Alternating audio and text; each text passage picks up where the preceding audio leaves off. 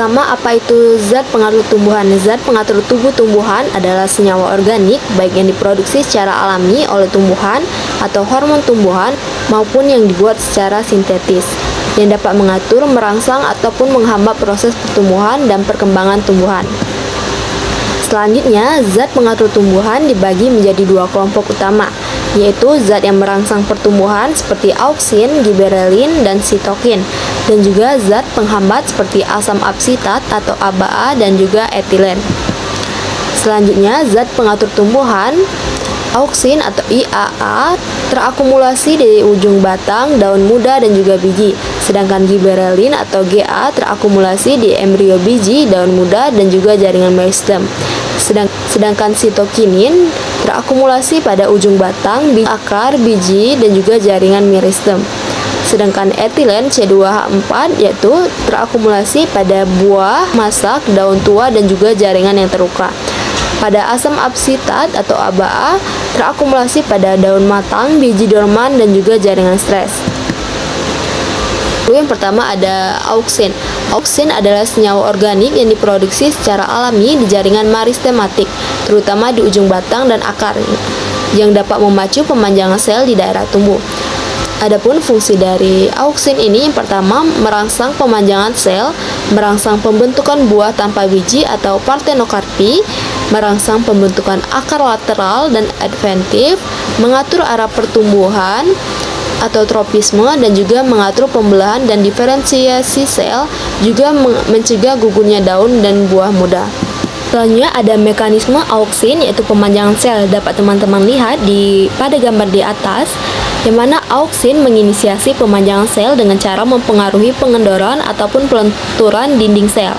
Lalu, auksin akan memacu protein tertentu yang ada di membran plasma sel tumbuhan untuk memompa ion H+ ke dinding sel. Ion H+ ini akan mengaktifkan enzim tertentu sehingga memutuskan beberapa ikatan silang hidrogen rantai molekul selulasa penyusun dinding sel. Sel tumbuhan kemudian memanjang akibat air yang masuk secara osmosis. Setelah pemanjangan ini, sel terus tumbuh dengan mensintesis kembali material dinding sel dan sitoplasma. Selanjutnya, ada juga mekanisme auksin pada pertumbuhan arah batang atau tropisme. Dapat dilihat pada gambar yang mana cahaya matahari mengenai salah satu sisi bagian tumbuhan, yang mana auksin akan terakumulasi di sisi batang yang tidak terkena sinar, dan konsentrasi auksin yang tinggi di sisi yang tidak terkena sinar ini akan mempercepat pembelahan dan pembentangan sel batang ataupun kolkoptil. Lalu, pertumbuhan sel yang lebih banyak di sisi tumbuhan yang kurang sinar menyebabkan batang menjadi bengkok sehingga akan terlihat bahwa tanaman tumbuh menuju ke arah cahaya. Lalu di sini juga ada fungsi-fungsi dari auksin. Dapat dilihat bahwa auksin ini terlibat dalam pertumbuhan bulu serbuk, induksi bunga, set buah, dan juga pertumbuhan buah. Auksin juga terbentuk dalam daun muda dan juga ujung pucuk. Auksin juga berpindah secara basipetal.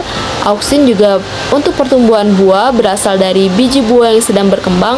Auksin juga merangsang pemanjangan dan pemanjangan antar buku. Auksin juga menghambat tunas ketiak, dan auksin juga merangsang pembentukan akar liar dan juga pemanjangan akar. Selanjutnya ada hormon giberelin.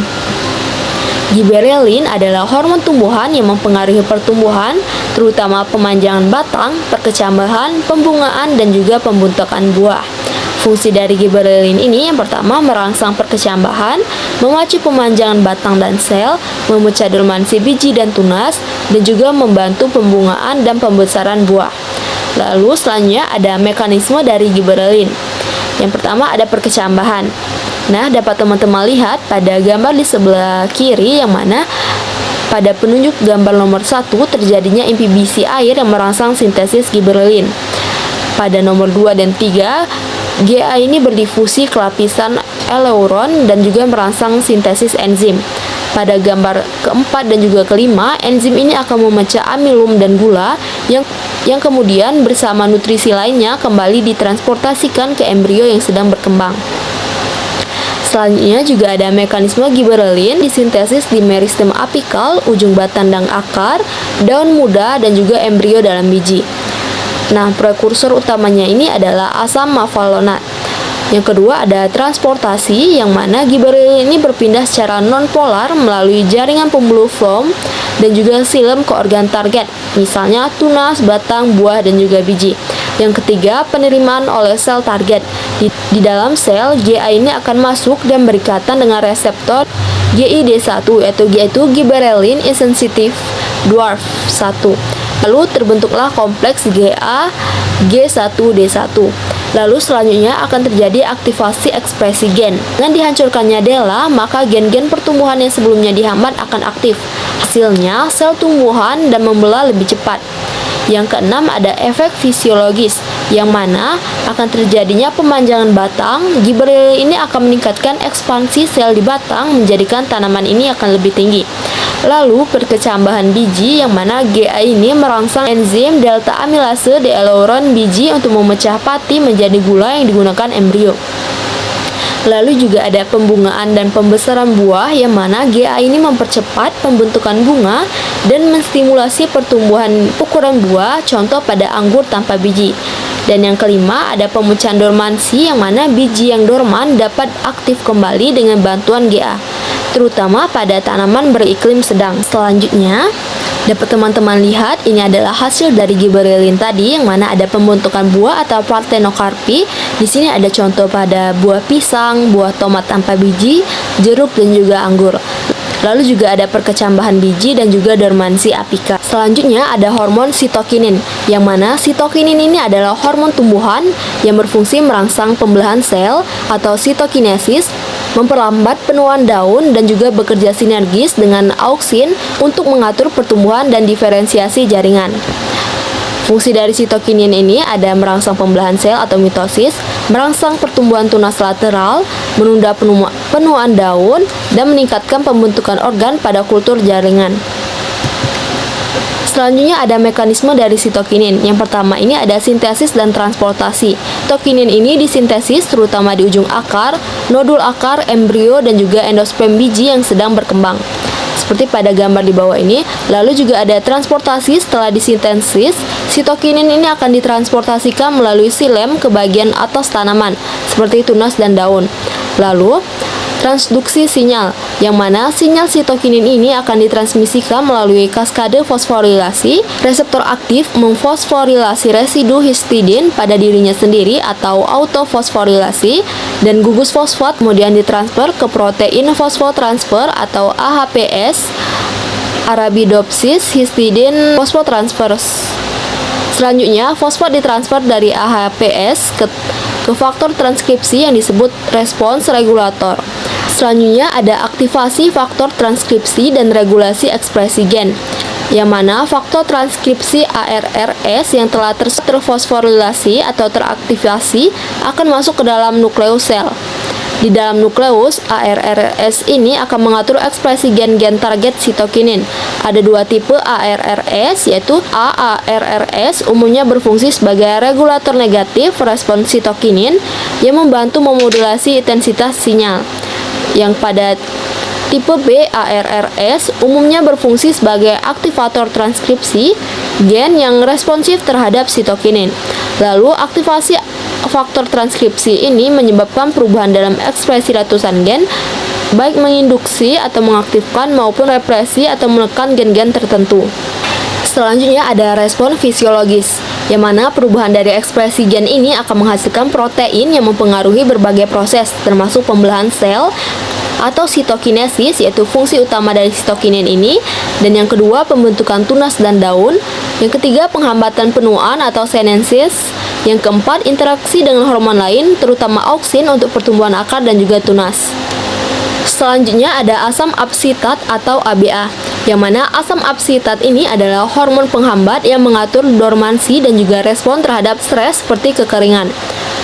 Fungsi dari ABA ini yang pertama memicu dormansi biji, yaitu menjaga biji tidak berkecambah sebelum waktunya. Yang kedua, menutup stomata, yaitu mengurangi kehilangan air saat tanaman kekeringan. Yang ketiga, memicu dormansi tunas, seperti menjaga tunas tidak tumbuh di kondisi yang tidak mendukung. Yang keempat, respon stres, yang mana membantu tanaman menghadapi kekeringan, suhu ekstrim ataupun salinitas. Yang kelima, menghambat pertumbuhan, seperti memperlambat pertumbuhan vegetatif saat kondisi stres. Dan yang keenam, mempercepat penuaan dan kontribusi pada gugurnya daun buah yang tua ataupun rusak. Selanjutnya ada mekanisme dari ABA pada penutupan stomata. Dapat teman-teman lihat pada gambar langkah yang nomor 1, ABA ini mengikat reseptor yang mana asam absitat akan diproduksi oleh sel tumbuhan selama kondisi stres air seperti kekeringan. Lalu ABA akan berikatan dengan reseptor ABA di permukaan sel penjaga stomata. Lalu di langkah yang kedua, masuknya ion kalsium atau Ca2+. Setelah ABA terikat, terjadi peningkatan konsentrasi ion kalsium atau Ca2+ di dalam sel penjaga. Ion Ca2+ ini akan bertindak sebagai sinyal sekunder yang memicu perubahan ion di membran sel. Selanjutnya, pada langkah yang ketiga, keluarnya ion kalium yang mana ion Ca2+ ini akan memicu keluarnya ion kalium dari sel penjaga keluar sel atau bagian apoplas. Hal ini akan menyebabkan penurunan tekanan osmotik di dalam sel penjaga. Lalu langkah yang keempat, air akan keluar dari sel penjaga. Karena konsentrasi ion ini berkurang, potensial air di dalam sel akan meningkat. Lalu air keluar secara osmosis keluar sel. Akibatnya, sel akan kehilangan air dan menjadi kurang turgid atau mengkerut. Lalu yang terakhir, pada langkah yang kelima, sel penjaga menjadi flaccid, yang mana hilangnya air akan menyebabkan sel penjaga menjadi flaccid atau lemas. Akibatnya stomata menutup sehingga mengurangi kehilangan air melalui transpirasi. Selanjutnya ada mekanisme jalur sinyal hormon asam absitat ABA dalam perkembangan dan dormansi biji. Dapat teman-teman lihat pada gambar di yang sebelah kiri ini, yaitu pada tanpa kehadiran ABA, jalurnya ini yaitu ABA tidak terikat pada kompleks reseptor seperti PEAL, PCAR, dan lain-lainnya. Lalu protein seperti PP2C atau AHG1/3 dan AB1 dan ABI1/2 akan aktif. Lalu PP2C akan menghambat aktivitas dari protein kinase yang penting dalam transduksi sinyal ABA ini. Lalu akibatnya tidak akan terjadi aktivasi faktor transkripsi seperti ABE3, 4, atau 5 dan BZ1P67. Selanjutnya dampak fisiologisnya ini, dormansi biji ini tidak akan terjadi. Biji ini akan mengalami perkecambahan dini atau premature germination, lalu terbentuknya biji non-dorman yang siap tumbuh meskipun kondisinya belum optimal. Lalu pada yang gambar kedua ada presence of ABA, mana jalur ABA ini berikatan dengan reseptor dan membentuk kompleks dengan ABA. Lalu kompleks ini akan menghambat aktivitas PP2C termasuk AHG1 atau 3 dan DOG1. Hal ini akan menyebabkan aktivitas SNRK2S yang kemudian memfosforilasi faktor transkripsi. Lalu aktivasi jalur transkripsi ini akan memicu ekspresi gen-gen yaitu LEAS atau HSPS protein pelindung stres, 27KD-YZ protein cadangan, SGR1/2 penghijauan terhambat atau degraining, dan AT2S3 dan lainnya, protein penyimpan benih.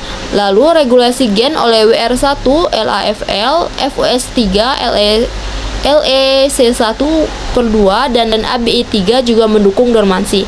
Dampak dari fisiologisnya, biji tetap dalam kondisi dorman, tetapi mengalami degraining atau penghentian proses fotosintesis, penimbunan cadangan makanan, toleransi terhadap kekeringan atau desiccation tolerance.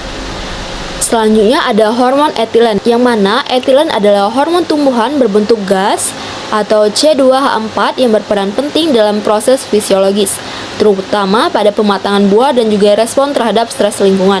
Fungsi dari etilen ini yang pertama mempercepat pematangan buah, memicu pengguguran daun dan bunga atau obsisi. Yang ketiga, menghambat pemanjangan batang dan mendorong pembesaran lateral. Yang keempat, merangsang pembungaan pada tanaman tertentu seperti nanas. Dan yang kelima, menanggapi stres, luka kekeringan, dan juga infeksi patogen. Lalu, etilen ini diproduksi dari asam amino metionin, dan produksi etilen ini akan meningkat saat buah mulai memasuki fase klimakterik, tumbuhan mengalami cedera atau luka, dan tumbuhan berada di bawah tekanan lingkungan, seperti kekeringan, banjir, dan juga serangan patogen. Selanjutnya ada mekanisme dari etilen. Mekanisme kerja etilen ini yang pertama, produksi etilen ini akan meningkat dan dipicu oleh faktor internal atau usia buah dan eksternal seperti luka, suhu, dan juga stres. Yang kedua, etilen akan menyebar melalui difusi gas ke seluruh jaringan. Lalu, reseptor etilen pada membran sel seperti ETR1 menerima sinyal etilen. Sinyal ini akan diterus melalui jalur transduksi menonaktifkannya CTR1 atau protein kinase penghambat. Lalu, aktivasi gen target akan memicu perubahan fisiologis seperti enzim selulase dan praktinase aktif, akan terjadinya pelunakan buah dan terjadi perubahan pada warna buah. Enzim amilase akan memecah pati dan buah menjadi manis, dan enzim klorofilase memecah klorofil dan terjadi perubahan pada warna buah. Baik, demikianlah pembahasan mengenai zat pengatur tumbuhan atau ZPT, mengenai fungsi dan juga mekanisme dari zat pengatur tumbuhan tadi. Semoga informasi tersebut akan memberikan wawasan bagi kita semua, dan terima kasih. Wassalamualaikum warahmatullahi wabarakatuh.